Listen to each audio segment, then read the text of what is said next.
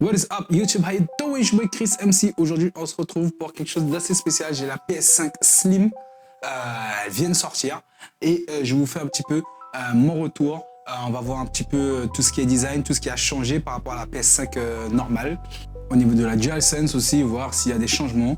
Qu'est-ce qui nous est proposé, qu'est-ce qui a changé, voilà, au niveau même de la boîte. Alors ça commence par la boîte, hein, rien d'exceptionnel. Hein. On a une photo de la console avec la DualSense. Et ce qui m'a un peu choqué, enfin pas choqué, mais ce qui m'a un peu, on va dire, étonné, c'est qu'il n'y a même pas un Slim quelque part, rien du tout. C'est PS5 tout court. Donc une boîte très simple. On n'a pas la petite lanière qui permettait de tenir la boîte. Ici aussi sur le côté pareil, hein, rien d'exceptionnel.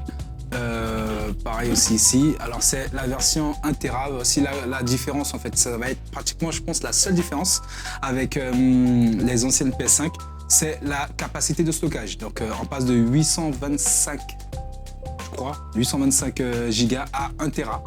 Et voici ce qui va réellement changer donc sur cette PS5 Slim. Au niveau du design, elle porte bien son nom, Slim. Donc elle est plus petite, elle est plus fine. Elle est moins encombrante. Vous vous souvenez ou pas de l'aglo qu'on avait là, la PS5 normale là qu'on avait, la PS5 de 2021, je crois. J'ai fait une vidéo d'ailleurs sur ça, vous pouvez aller voir. C'était un aglo le truc, hein. C'était vraiment énorme. Là, on a vraiment un produit plus épuré, plus fin. Même au niveau design, on a sur les plaques en plastique là qui la composent, on a du mat, on a du brillant. Donc c'est un petit clin d'œil aussi pour la PS4. C'est un petit clin d'œil à la PS4 et puis des finitions très bien faites. Même au niveau de la DualSense, pas de changement particulier. D'accord, pas de changement particulier en tout cas externe au niveau du design. Sur la boîte, elle est vendue de manière... Enfin, elle est vendue couchée. Ouais. Elle est vendue couchée.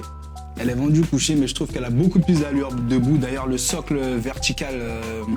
est en option, hein, et c'est pour la modique somme de 30 € hein, quand même. Donc c'est du Blu-ray 4K et puis on a aussi une capacité de diffusion jusqu'à 8K. Donc c'est pas négligeable, ça va, sauf mais bon, la plupart des utilisateurs ne l'utiliseront pas parce que 8K ça s'adresse seulement à une partie de la population.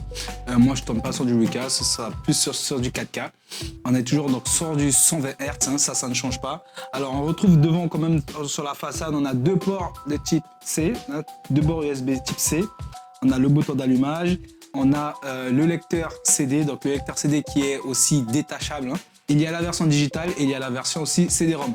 La version digitale, si vous avez acheté la version digitale, vous pouvez également acheter donc le lecteur CD en plus pour la maudite somme, je crois, de 50 ou 80 €, je ne sais plus exactement, vous me direz en commentaire, dites-moi en commentaire parce que je ne sais plus. Vous pouvez l'acheter séparément et la greffer sur votre PS5 Slim digital. C'est pas plus mal, je trouve que c'est une bonne idée pour moi, pour ma part, je trouve que c'est une bonne idée. Et elle est au prix de 549 €, donc c'est pas moins cher. Ici on a le petit logo Sony. Ici aussi, on a la petite écriture Sony à l'intérieur. Si on fait gaffe, ça, je pense que c'est plus pour la position couchée.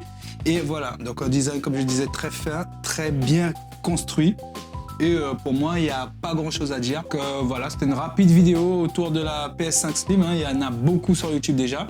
Donc, je vous laisse avec ces images. C'était Chris MC.